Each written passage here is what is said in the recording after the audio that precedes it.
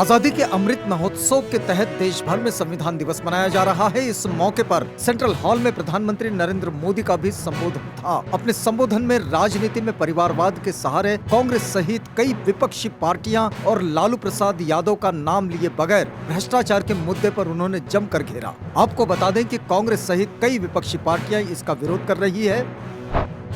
कांग्रेस ने संविधान दिवस पर सरकार की ओर से आयोजित किए जाने वाले कार्यक्रमों के बहिष्कार का ऐलान किया था। कांग्रेस ने साथ ही अन्य विपक्षी दलों से भी ऐसा ही करने का आह्वान किया था। अब बहुजन समाज पार्टी ने भी संविधान दिवस के कार्यक्रम से किनारा कर लिया। बहुजन समाज पार्टी के अध्यक्ष मायावती ने संविधान दिवस पर आयोजित कार्यक्रम का बहिष्कार करने का ऐलान किया।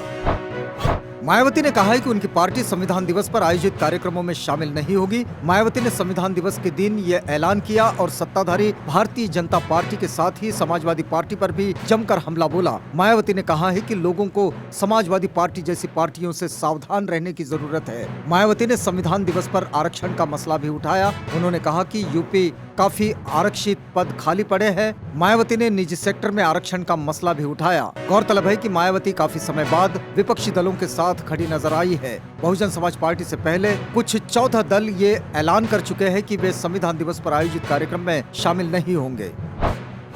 संविधान दिवस के अवसर पर भी राजनीतिक दलों की ओर से आरोप प्रत्यारोप का दौर जारी है। अब ऑल इंडिया मजलिस इत्तेहादुल मुस्लिमीन के प्रमुख बैरिस्टर असदुद्दीन ओवैसी ने इस खास दिन पर सरकार पर हमला करते हुए कहा कि मुसलमानों, दलितों या आदिवासियों के साथ किए गए संवैधानिक वादे के साथ अक्सर धोखा किया जाता रहा है। सांसद बैरिस्टर असदुद्दीन ओवैसी ने संविधान दिवस पर ट्वीट करते हुए कहा है कि 26 नवंबर 1949 को हमारे बुजुर्गों ने भारतीय संविधान को अंगीकार किया। संविधान सपनों का एक दस्तावेज है जो हमारे बुजुर्गों ने हमारे लिए देखा है, लेकिन इसे पुरुषों द्वारा शासन को कानून के शासन में बदल दिया गया।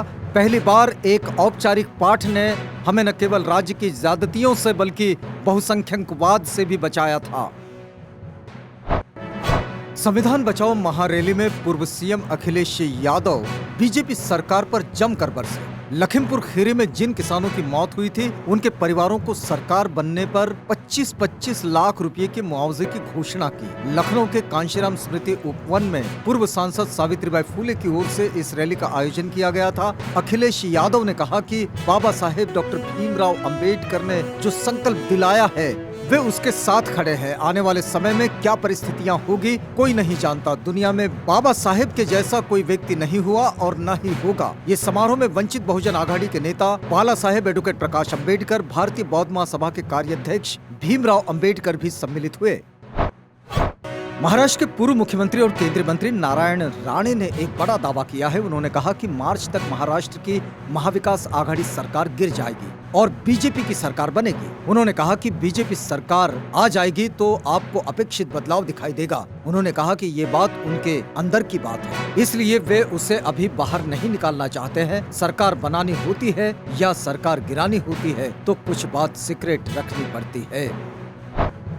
पंजाब के उधमपुर से छत्तीसगढ़ के दुर्ग जा रही ट्रेन में आग लग गई। देखते ही देखते 4 बोगियां धुएं से घिर गई। अच्छी बात तो ये रही कि सभी यात्री समय रहते ट्रेन से बाहर निकल गए, इसलिए अब तक किसी के हताहत होने की कोई खबर नहीं है। ट्रेन को मुरैना के पास हैतमपुर रेलवे स्टेशन पर रोका गया। फायर ब्रिगेड की गाड़ियां मौके पर पहुंच गई है। आग लगने की वजह का पता अभी तक नहीं चल सका है। संविधान सिर्फ कागज न बन जाए, ये हम सब की जिम्मेदारी, बोले पूर्व कांग्रेस अध्यक्ष राहुल गांधी। संविधान दिवस के मौके पर सभी के अधिकारों की वकालत की। उन्होंने ट्वीट के जरिए लिखा, न्याय व अधिकार सबके लिए एक समान होने चाहिए ताकि संविधान सिर्फ कागज न बन जाए। ये हम सब की जिम्मेदारी है। देश के संविधान दिवस पर सभी को शुभकामनाएं। उत्तर प्रदेश विधानसभा चुनाव से पहले बहुजन समाज पार्टी के विधायक दल के नेता और विधायक पद से इस्तीफा देकर ही सियासी हलचल पैदा करने वाले शाह आलम उर्फ गुड्डू जमाली का दांव उल्टा पड़ गया है, क्योंकि अब जमाली के इस्तीफे के बाद बीएसपी चीफ ने बड़ा राज खोला है, जिससे यूपी की सत्ता के गलियारे में सनसनी फैल गई। असल में बीएसपी चीफ मायावती पर तटस्थ रवैया अपनाने का आरोप लगाने के बाद पार्टी छोड़ने वाले आजमगढ़ के मुबारकपुर के विधायक शाह आलम को बेनकाब करते हुए पूर्व मुख्यमंत्री ने कहा कि वह उन पर अपने खिलाफ दर्ज मामले में मुकदमा वापस लेने के लिए दबाव बना रहे थे। समाजवादी पार्टी ही यूपी के विकास को देगी नई उड़ान। अखिलेश यादव ने बीजेपी पर लगाया फिरोजाबाद में एयरपोर्ट न बनने देने का आरोप। जेवर एयरपोर्ट के शिलान्यास से पहले अखिलेश यादव ने लखनऊ में चुनावी रैली की। रैली से पहले समाजवादी पार्टी के अध्यक्ष ने बीजेपी पर निशाना साधा। अखिलेश ने ट्वीट कर कहा कि अगर समाजवादी पार्टी की सरकार के समय फिरोजाबाद में प्रस्तावित एयरपोर्ट बनने की अनुमति केंद्र की बीजेपी सरकार ने रोकी न होती तो इस समय जेवर के साथ चूड़ियों को भी जोड़ने का मौका मिलता। समाजवादी पार्टी के अध्यक्ष ने कहा कि यूपी का वैकासिक श्रृंगार पूर्णता की ओर बढ़ता। अखिलेश ने कहा कि समाजवादी पार्टी ही यूपी के विकास को नई उड़ान देगी। शीतकालीन सत्र से पहले कांग्रेस की अहम बैठक। मल्लिकार्जुन खड़गे बोले, एमएसपी, महंगाई समेत कई मुद्दों पर केंद्र को घेरने की योजना। इस साल संसद का शीतकालीन सत्र 29 नवंबर से शुरू होने वाला है। इससे पहले कांग्रेस की संसदीय रणनीति समिति की बैठक हुई, जिसमें संसद सत्र के लिए रणनीतियां तैयार की गई। कांग्रेस के अंतरिम अध्यक्ष सोनिया गांधी के निवास पर हुई इस बैठक में राज्यसभा में कांग्रेस के नेता मल्लिकार्जुन खड़गे, लोकसभा में कांग्रेस के नेता अधीर रंजन चौधरी, ए.के. एंटनी, के.सी. वेणुगोपाल, आनंद शर्मा के अलावा दोनों सदनों के उप नेता, दोनों सदनों के चीफ विप और डिप्टी विप मौजूद रहे। उत्तराखंड में होने वाले विधानसभा चुनाव से पहले राज्य की मुख्यमंत्री पुष्कर सिंह धामी सरकार बड़े फैसले कर रही है। वहीं अब राज्य ने सरकार जिला पंचायत अध्यक्ष को राज्य मंत्री का दर्जा देने का फैसला किया है। इसके साथ ही कोरोना काल में पंचायत प्रतिनिधियों के खिलाफ दर्ज मुकदमे वापस किए जाएंगे, ये फैसला भी किया है। फ्रांस में तेजी से बढ़ रहे हैं कोरोना के मामले। नहीं लगेगा लॉकडाउन, बूस्टर डोज बनेगा हथियार। फ्रांस ने देश में कोरोना वायरस संक्रमण के मामले चिंताजनक रूप से बढ़ने के बीच देश में फिर से लॉकडाउन लगाने के बजाय सभी वयस्कों को कोविड-19 रोधी टीके की बूस्टर डोज देने का फैसला किया है। फ्रांस में पिछले कुछ सप्ताह में कोविड-19 के मामले बढ़े हैं और दैनिक मामलों की संख्या 30,000 के पार चली गई है। देश में संक्रमितों के अस्पतालों में भर्ती होने और संक्रमण से मौत के मामले भी बढ़ रहे हैं। पाकिस्तान के हथियारों की भूख बरकरार। सतह से सतह तक मार करने वाली बैलिस्टिक मिसाइल का किया परीक्षण। पाकिस्तान में महंगाई और बेरोजगारी अपने चरम पर पहुंचती जा रही है, मगर पड़ोसी मुल्क की हथियारों को लेकर भूख खत्म होने का नाम नहीं ले रही। पाकिस्तान ने सतह से सतह तक मार करने वाली बैलिस्टिक मिसाइल शाहीन A1 का सफल परीक्षण किया। इससे पहले भी पाकिस्तान ने अगस्त में सतह से सतह पर वार करने वाली परमाणु संचालित बैलिस्टिक मिसाइल का परीक्षण किया था। रूस के साइबेरिया में बड़ा हादसा। कोयला खदान में धमाके के बाद लगी भीषण आग, 52 लोगों की मौत। रूस के साइबेरिया में एक बड़ा हादसा हो गया है। यहाँ केमेरोव क्षेत्र की एक कोयला खदान में आग लगने से 52 लोगों की मौत हो गई है, जिसमें 6 बचाव कर्मी भी शामिल है। घटना गुरुवार को हुई है। ये देश में 5 साल में सबसे घातक खदान दुर्घटना मानी जा रही है। शुरुआती जांच में पता चला है कि लिस्ट में झनायक कोयला खदान में कोई भी जीवित व्यक्ति का रेस्क्यू करने का मौका नहीं मिला। कई शव अब भी अंदर ही है, जिन्हें सतह तक लाकर बाहर लाने की कोशिश की जा रही है।